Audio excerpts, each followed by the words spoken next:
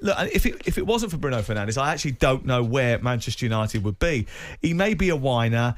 He may not really set the mood. He's from a different culture to us, yes, but he is the best player in their team in an attacking sense.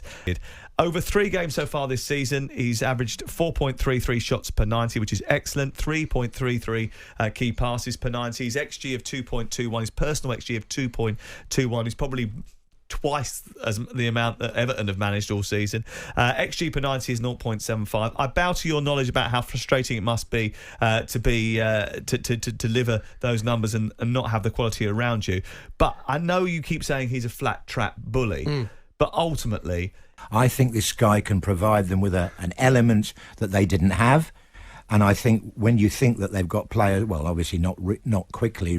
Manchester United are now in a proper challenging European position.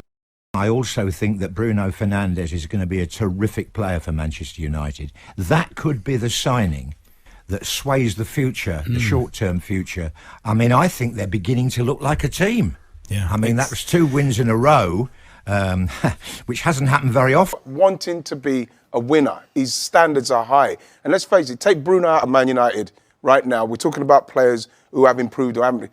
He's one of the ones that he's a talent. It's not a doubt he's a talent. If he's not doing what he's doing, Man United are nowhere near where they are. He's frustrated. He probably sees it in training every day. People not maybe up to the standard of what he's looking for. And it spills over on a Saturday because he brings it. He brings it. If Man United are going to be saved in a game, it's probably him who's going to do it. Yes, he's got every right to be upset with him. Bruno is really important for us in the club. Special for me.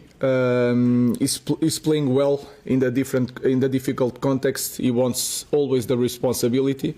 I know that sometimes as a captain he do things like with his arms, and sometimes you see it in the criticizing the teammates. I think it's most of all is a lot of frustration for this year and the last year and the others. He wants to win. And sometimes it's really hard to deal with that frustration. But like I said, everybody has an opinion. Roy Keane has big standards from him in his time, and it's normal to have an opinion. I have an opposite opinion, and I think it's more important, my opinion, than Roy Keane, because I'm the coach.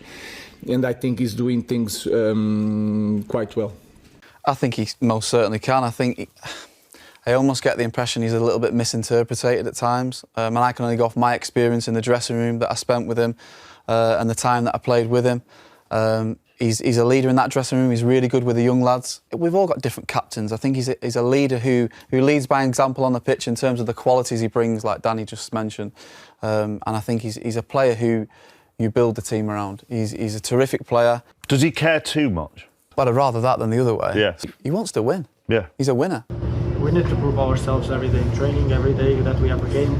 We can't relax at this club. It is what it is. You know that there's a big standard, a big attention that you get from the media, from everywhere. You need to realize that sometimes you need to put your focus on your game, trying to improve yourself. It's not nice to hear certain things. Obviously, I don't think that any player likes to hear criticism or things that are talked about you, that you're not good enough or you overpaid or whatever. Everyone has their own contract. Everyone does their own contract. The club agrees to do the contracts at the time you come here or at the time you do a new contract or whatever. And it's about yourself proving that you can be important for the club.